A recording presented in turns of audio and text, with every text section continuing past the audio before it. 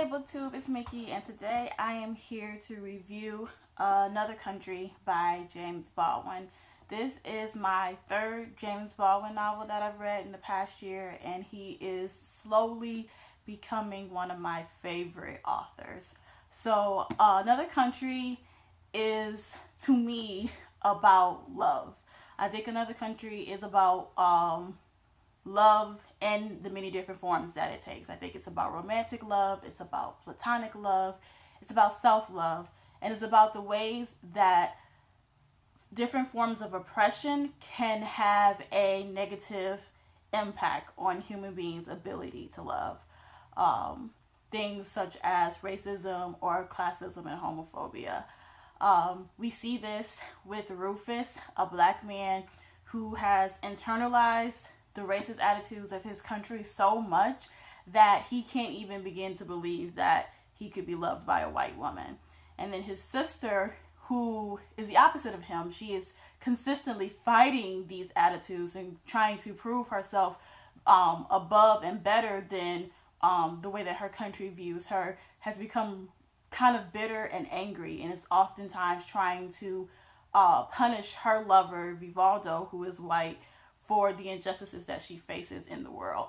And even with the character Eric, Eric is a gay man who runs away to Paris, and he falls madly in love with this man named Ives, and they have this wonderful relationship. But there are still moments where Eric sometimes wishes that he could just be normal, as he says it, just because it would be easier. And that's by normal he means straight, because it would be a lot easier for him in the long run. So it's just kind of showing the way that racism and classism and all these type of things can affect the way you view yourself, the way you view your lovers, the sort of friendships that you can make. Rufus and Ida are both kind of a part of this circle of friends that are made up mostly of white people. And Vivaldo and Cass, who are white, they love Rufus, but they don't completely understand where Rufus comes from.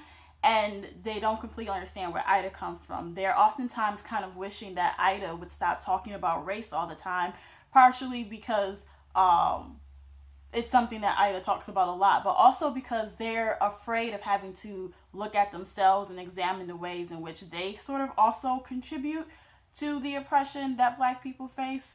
So it's just a lot of things that kind of have influenced the way that these people can connect to each other. One thing that I really liked about Another Country is that nobody in this piece is innocent. Nobody in this piece is good, and nobody in this piece is bad. They all do awful things to the people that they love. I think that love for James Baldwin is a really beautiful thing, but it's also an extremely destructive force. He basically makes it very clear that anytime a person chooses to love another person, they are giving that person the ability to destroy them. You have these beautiful moments in the piece where you see two human beings connecting with each other, and then a few chapters later, they are tearing each other apart. I think that James Baldwin's viewpoint of love, while painful, was also extremely realistic. I really love the way that James Baldwin, writes sex scenes. Like, I don't think anybody writes a sex scene like James Baldwin. He has this way of sort of showing the ways in which people are constantly, the way that we interact with each other is constantly a give and take happening over and over again. And sometimes some of us are taking more than we're giving. And he's kind of showing how those relationships work. Another thing that the piece really looks at is the idea of art, and what is a person willing to give up in order to be able to create art? Are you willing to give up your self-respect to be able to get your foot in the door to be able to create art? Are you willing to give up your livelihood to be able to create art? We have Richard, who's married to Cass, and they have 2 children, I think, or it might be 3, and they are now kind of living this wealthy lifestyle because Richard wrote this novel, but the novel is it sounds like it's like a pulp fiction-y crime novel, and he knows that it's not a great piece of art, but he also knows if he waits until he writes the great piece of art, he'll never make money, and his family will never be able to survive. And he's also always kind of sort of comparing himself to Vivaldo, who is also a writer, but he's also and Vivaldo was a great writer, the writer who was probably likely to write the next great American novel, but he's also extremely poor, in between jobs, living in this very small apartment where him and Ida are literally living on top of each other.